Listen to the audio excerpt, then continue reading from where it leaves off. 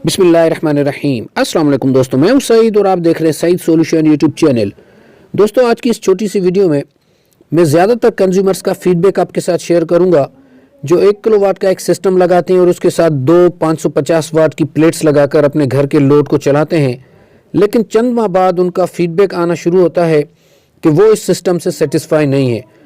तो आज मैं ये क्लियर करूंगा कि ये 1 किलोवाट का सिस्टम या 1.5 किलोवाट का सिस्टम किस सूरत में आपके लिए बेहतर है। तो देखें दोस्तों, सबसे पहली वजह इस सिस्टम को चूज़ करने की ये है कि कुछ हमारे भाई इतना अफोर्ड नहीं कर पाते बड़ा सेटअप, जिसकी वजह से लो बजट में उनको ये सिस्टम लेना पड़ता है।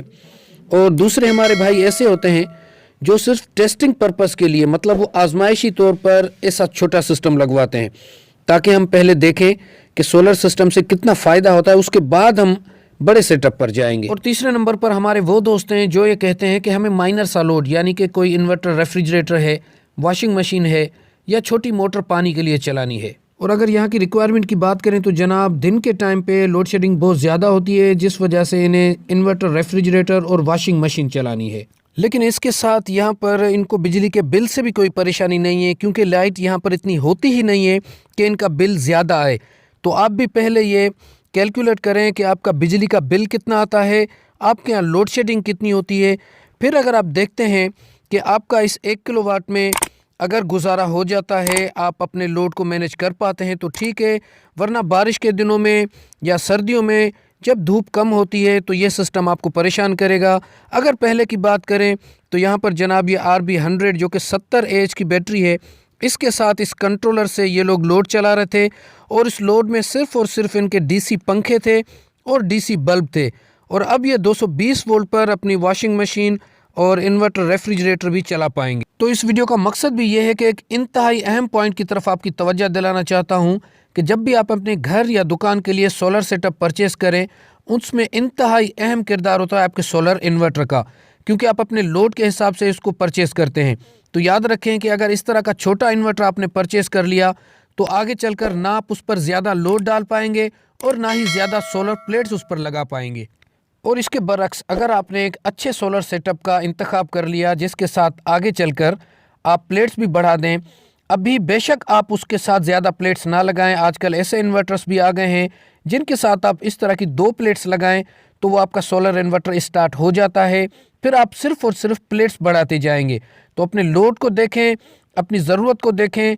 और इस तरह के जो छोटे सोलर सेटअप्स होते हैं उनमें प्रोटेक्शंस भी नहीं होती इतनी ज़्यादा, तो वो फिर ज़्यादातर आपका साथ भी नहीं देते।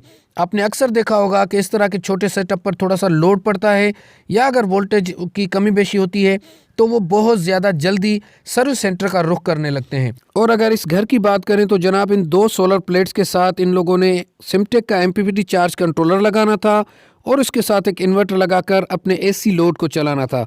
लेकिन इत्तेफाक से मार्केट से इनको ये 1.2 किलोवाट का इन्वर्क्स का सोलर इन्वर्टर मिल गया जो कि 50,000 की प्राइस में मिला इनको, और ये जनाब 18 महीने की वारंटी में था, यानी कि ये यूज्ड में मिला इन्हें 50,000 में।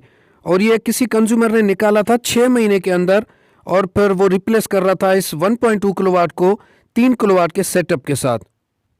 तो फाइनली दोस्तों, वीडियो को अख्तिताम की तरफ ले जाते हैं। तो मेरा आखिर में आपको ये मशवरा होगा कि अगर आपके पास ज़्यादा बजट नहीं है और इस 1 किलोवाट तक का ही बजट है तो आप इस पर इन्वेस्ट कर सकते हैं। या फिर अगर आप इससे सेटिस्फाई हैं कि हमारा इतना लोड भी नहीं है, बिजली का बिल भी इतना नहीं आता, ज़्यादा लोड शेडिंग भी नहीं है, तो उस सूरत में भी आप इस छोटे सिस्टम से फ़ायदा उठा सकते हैं। अदरवाइज़ आपने 3 किलोवाट से कम 3 किलोवाट से अपने सेटअप को स्टार्ट करना है।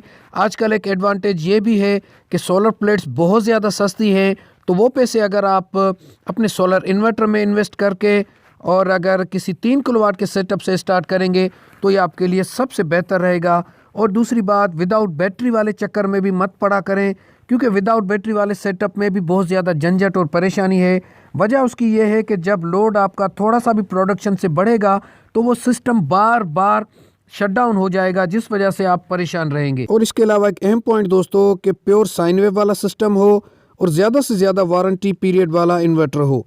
मैंने अपने चैनल पर प्लेलिस्ट बना रखी है, आप वॉच करके और इन वीडियो से फ़ायदा उठा सकते हैं और मुझे अपनी दुआओं में याद करें। अल्लाह हाफ़िज़।